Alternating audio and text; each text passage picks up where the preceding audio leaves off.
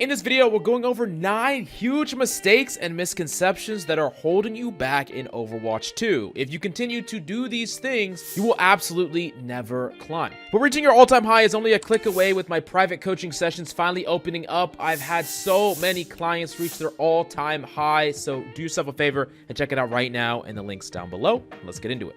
Now, the first big mistake that I see way too often, and this is from players no matter what the rank is, and it's after you have won multiple fights in a row, and this is more so true on defense, you don't play your strong positions, you don't play the fights like you've been playing them the past 3 times you won. You go for a play or an aggressive position, and this just comes out of nowhere. And I know you've seen this a lot where you've won multiple fights and all of a sudden your tank is pinning in out of nowhere, or you have a DPS pushing up way by themselves and dying. And the thing is, sometimes it is actually correct to push in aggressively and try to change up how you've been playing. Let's say you're playing around ultimates, right? And they have Nano Blade. Well, if you push up really aggressively, you could make it so that you kill the Ana, you pressure the Genji, you force up certain cooldowns so that they're in an awkward situation and it's harder for them to just fire away that perfect combo. That's one example. Or let's say they have a very little amount of time to touch the cart, and if anyone does touch the cart, they have to completely leave the rest of their team, so you can push up, apply pressure early,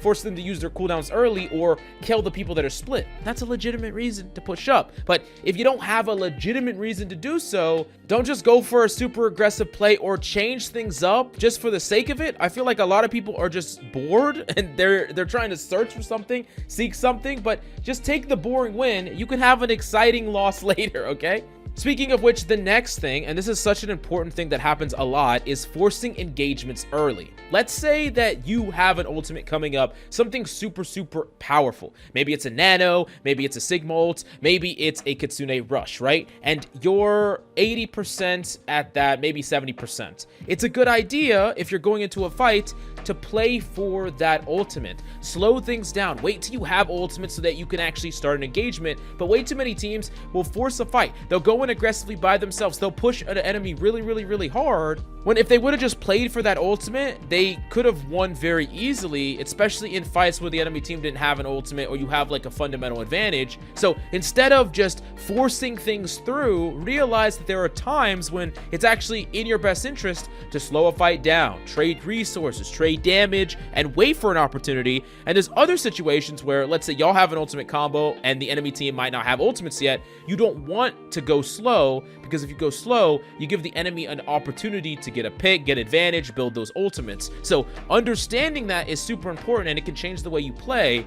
All you have to do is just stop and think about things a little bit more before you decide on a plan of action. Now, a huge mistake that happens all the time, and this is so true for the majority of metal ranks, and it's being so concerned of overextending that you never seize any of your advantages when you have one. You get a pick. If you get a pick or 2 picks, everyone should be mobilizing to push forward, should be pushing it down, killing everybody. And way too many players are just scared of pushing in. They say, oh, no, back up, play the card. Oh, back up, we don't need to push in. Why are you doing all by yourself? And oftentimes when you say this, I know that it comes from a point of you being afraid that they're going to push up by themselves and die, because you've lost fights like that. And you're like, too jaded. You're like, oh, this person's going and I don't want them to feed. It's better to just play with each other. But you got to understand that they're actually doing the right play. They're actually pushing the advantage. They're actually trying to stagger the enemy team. And if you go with them, if you do it with them, all of a sudden it's an amazing play. But the only reason it doesn't work properly for them, even though it's the right decision, is because you're too afraid to seize that advantage. You're too afraid to press that person, and you're taking your fear from past games to encourage you to actually play the game incorrectly, and it prevents your improvement as a player. And this is something that's super important. I would much rather you try to enable your team to play correctly, constantly try to play correctly, than just fall into these really bad habits over and over again, and then you never really improve or win free fights that you would have been able to easily win if you would have just played the proper way. Now, the next big mistake that we hear all the time, it's very similar to that one, but not quite the same, and it's the idea of everyone getting on point. And we see this with like stacking 3 people on an objective, which doesn't matter if it goes faster. If the enemy team can actually touch and have a refight, it doesn't change anything. It just puts your team in worse positions to actually win the fight, which winning the fight is what matters. And this is super, super true, not just for that situation, but for any situation. There's a lot of characters that don't want to play on point at all because the point doesn't matter. What matters is winning the team fight. If you're an Ana playing Koth, I want you to be playing your range. I want you to be playing a corner off-site. I don't want you to be on-site in the middle of many angles, being like a sitting duck. If you're Hanzo, I want you to be taking a wide off angle away from the enemy team, applying pressure. If you put yourself in a good position that lets you win the fight easier, get kills easier, then you can always recap the objective right away, right again if they take the objective, so it doesn't even matter if you flip. And there's always a better player on your team that can contest if you absolutely have to. So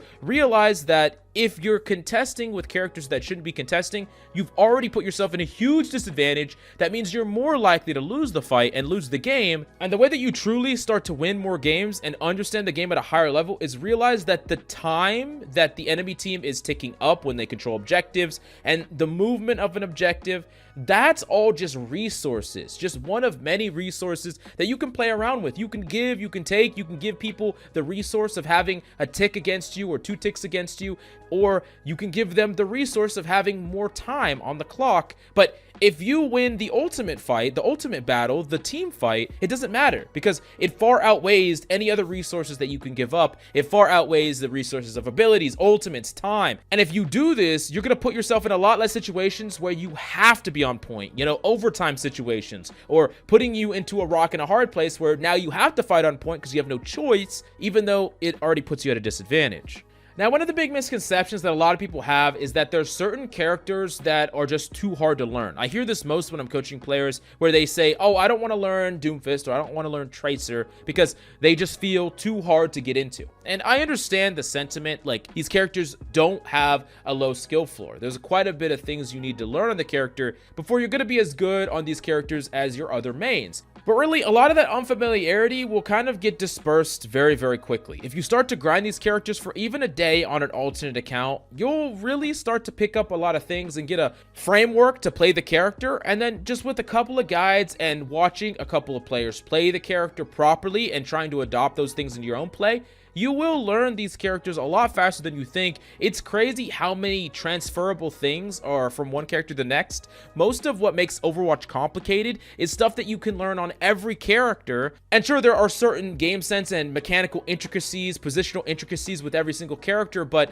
you don't have to start again from zero. So if you're like a Torb main, it's a lot easier for you as like a Plat Torb main to become a Plat Tracer main much, much quicker than starting from zero. Don't be so concerned and afraid to try to learn these new heroes because it's also going to push you and make you better in the long run. So yeah. Now, one of the biggest misconceptions that I see all the time is the counter swap Andes, or rather the person that wants to swap to counter everything. And you got to realize that you don't need to counter everything. There's a lot of things that you can play around without directly countering it. Let's take a Far Mercy, for example.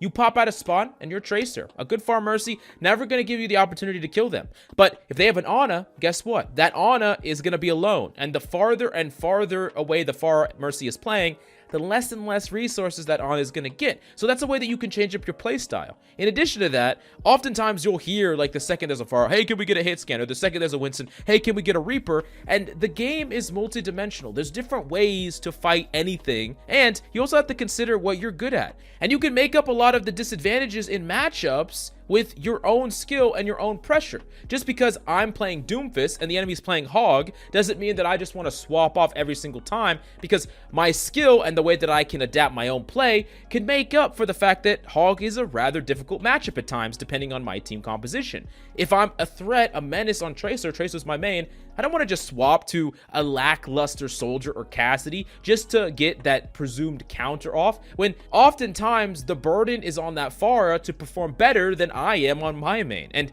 it's obvious that countering is a very important part of Overwatch, but it isn't the end-all be-all, and it's equally as important to understand when you don't counter as when you try to counter. And if you just kind of tell your teammates to always counter everything they run into, you're encouraging them to play characters they don't play. You're looking at the game from a very one-dimensional point of view, and honestly, I think it's going to get you more losses than it is going to get you wins. Now, the next one, this is a really important misconception, and I've repeated this a lot, but I just got to keep repeating it because it's not going away anytime soon, and it's stats matter. heals per 10, damage per 10, I have all these limbs, whatever it is. Everyone likes to hype up these stats really, really hard. But the reality of it is most of these stats don't matter at all. Your heals, damage, limbs, all of that is contextual. Like, it doesn't really paint the full picture. It could depend on your character. It could depend on how you're playing, and it could depend on how many team fights your team is winning. If you're a Hanzo that is only headshotted 3 people, and you've done it right off the bat in 3 fights, you could have hard carried, while at the same time having very, very little damage. Or you could be a Kiriko that has a crazy amount of healing, but that healing enabled you to get rush and use rush to win the fight. Or you could have a Kiriko that has almost no healing because they teleported in with their Winston, dinked the person that the Winston was on, and helped secure that kill, plus Suzu their Winston to keep him alive, and enabled the play that won the fight. There's only really one stat that matters, and it doesn't even matter objectively. It matters subjectively depending on the situation, and that's a limbs. If you have way more deaths than the rest of your team, so you're dying even outside of team fights, you're dying, you're getting picked off by yourself, you're dying, then that is what you need to evaluate the most. That's the only stat that I would say matters and that you should really, really focus on. Accuracy stat, damage stat, heal stat, none of this stuff really matters in the grand scheme of things, and it's really important that you don't allow yourself to get flamed for these things, nor do you use these as a tool to flame others when you don't really understand the context of what is happening most of the time.